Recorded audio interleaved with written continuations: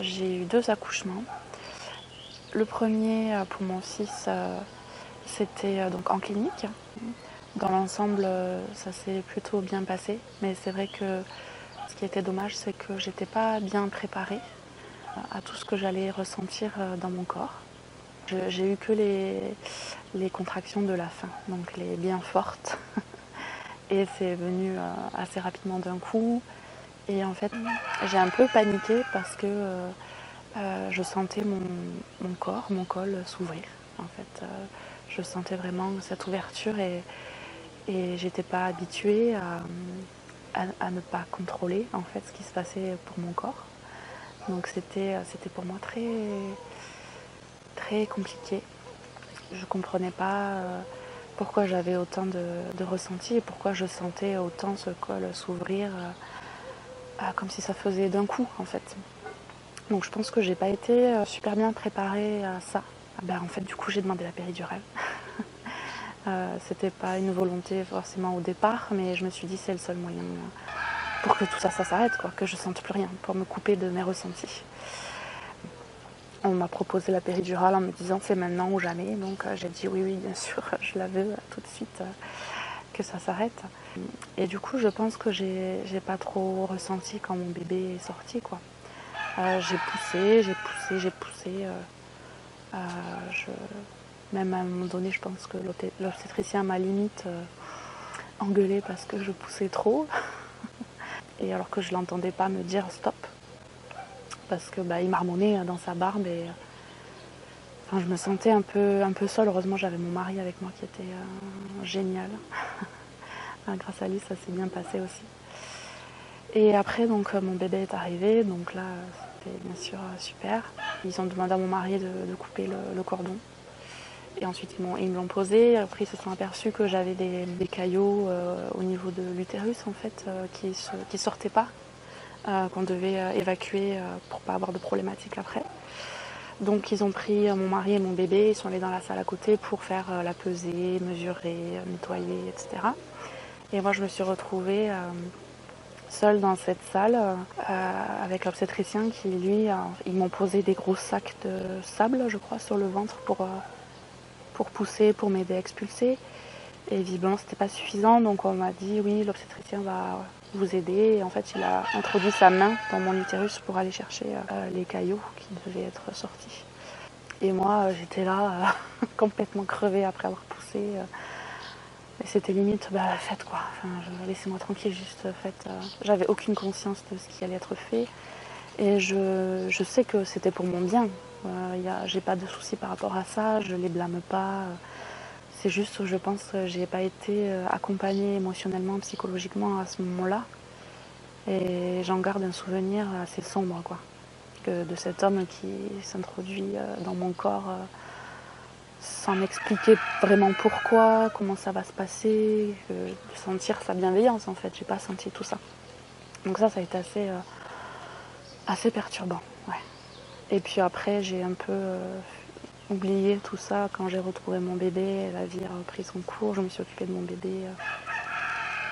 Mais c'est plus tard que j'ai pris conscience en fait de la violence de l'instant en fait. Plusieurs années. Ouais. Ces médecins font leur travail, il n'y a aucun souci par rapport à ça, j'en ai conscience. Mais c'est la façon dont c'est fait, dont les gestes sont prodigués sans explication, sans information, effectivement. Ouais, ça je trouve que c'est dommage et je pense que je n'ai pas été préparée en amont aussi pendant ma grossesse à ce type d'intervention. Et aussi, j'ai pas été préparée à pouvoir dire non ou à pouvoir poser des questions. Et là, je pense qu'ils auraient pu prendre quelques minutes pour m'expliquer. Et peut-être si j'avais été préparée en amont avant par ma sage-femme ou par d'autres personnes, à ce qu'on me dise tu es capable de dire non ou de demander des informations supplémentaires. Moi, j'ai pas été préparée à savoir et comprendre que en fait, mon corps est fait pour donner naissance à un bébé et que j'ai pas besoin de péridurale et que je n'ai pas besoin d'intervention d'un médecin. Ça aussi, c'est dommage. Je trouve que ça manque un petit peu. C'est pour ça que je pense j'ai fait ce choix de faire ce métier de doula parce que c'est important que les femmes reprennent leur pouvoir, entre guillemets, de pouvoir enfanter naturellement. Ça s'est fait pendant des millénaires. L'espèce humaine a survécu, donc c'est que c'est possible. Deuxième, j'ai dû faire une échographie à 1 mois du terme. J'avais un ventre énorme. Donc les médecins ont voulu faire cette échographie parce que ils voulaient voir un petit peu le poids, la taille du bébé. Et en fait, ils ont estimé le poids de mon bébé à ce moment-là à 4,5 kg à 1 mois du terme. Et donc ils m'ont expliqué que le dernier mois, c'était là où le bébé prenait le plus de poids. Donc s'il prenait encore du poids, ça pouvait être compliqué à l'accouchement. Ils m'ont parlé de la dystocie de l'épaule. Donc c'est en fait qu'ils sont obligés de tirer sur le bras du bébé pour l'aider à sortir quand ça ne veut pas sortir tout seul. Et que ça peut se terminer par un handicap.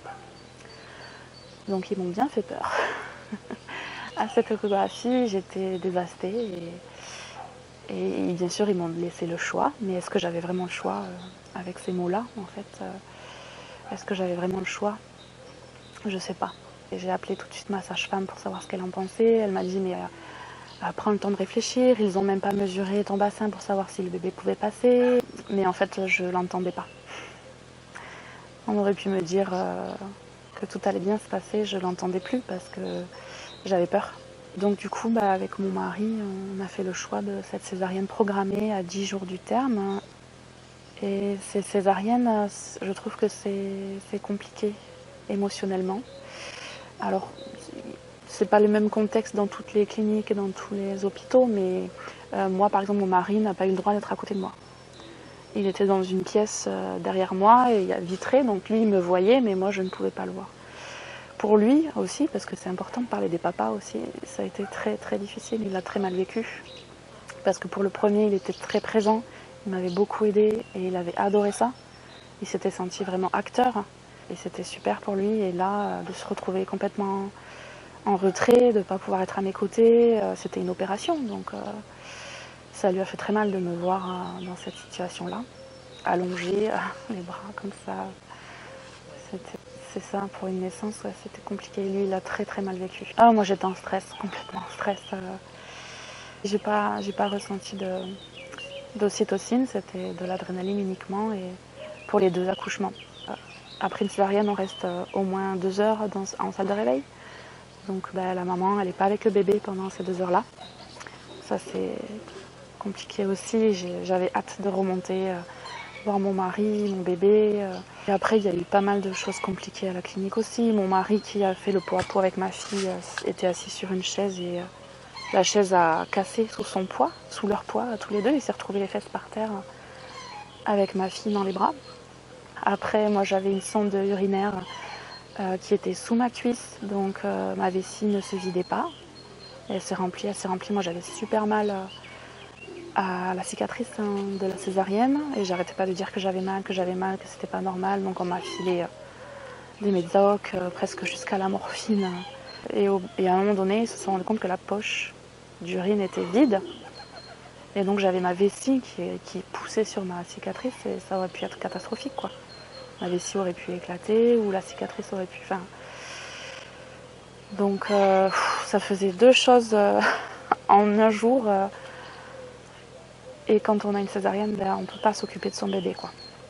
Donc c'est important que les femmes sachent aussi que c'est bien de s'entourer de personnes qui peuvent nous aider à ce moment-là, s'il y a une césarienne, parce que on ne peut pas donner le bain, on ne peut pas changer la couche, on peut allaiter. Heureusement, j'avais ma fille sur moi, on me l'a donnée pour que je la mette au sein. J'ai ma sage-femme qui a appelé une collègue à elle qui était dans la clinique pour lui dire cette femme a besoin d'un tire-lait, prête-lui un tire-lait. Donc je me suis tiré le lait parce qu'effectivement les césariennes, c'est pas un accouchement naturel, donc du coup les hormones et l'allaitement ne se démarrent pas comme un accouchement normal, naturel. Donc il faut lancer un petit peu la machine. Et donc grâce à ce tire-lait, après le lait est arrivé et j'ai pu nourrir ma fille. Après l'allaitement pour mon fils, ça s'était très bien passé, j'avais énormément de lait, donc je savais que j'étais capable et que ça allait bien se passer, mais c'était le démarrage qui était un peu compliqué. Donc, si je devais donner des conseils à des futures mamans, ce serait d'aller à la recherche des informations le plus possible, de contacter des doulas pour savoir en fait comment comment le corps fonctionne, comment le corps d'une femme enceinte fonctionne. C'est une mécanique hyper intéressante, c'est hyper beau.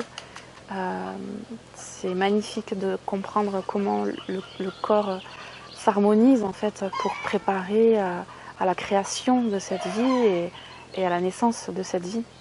Moi, j'ai pas eu cette conscience-là, j'ai pas été à la recherche de ces informations-là, mais c'est ce que je ferai si j'ai un troisième enfant, parce que c'est tellement important de revenir à ces informations-là. Je pense qu'on les a en fait en nous, mais on s'en est éloigné, détaché, on est plus centré sur nos ressentis, sur notre intériorité, on est trop dans le mental. Et moi, c'est ce qui s'est passé pour mon premier accouchement.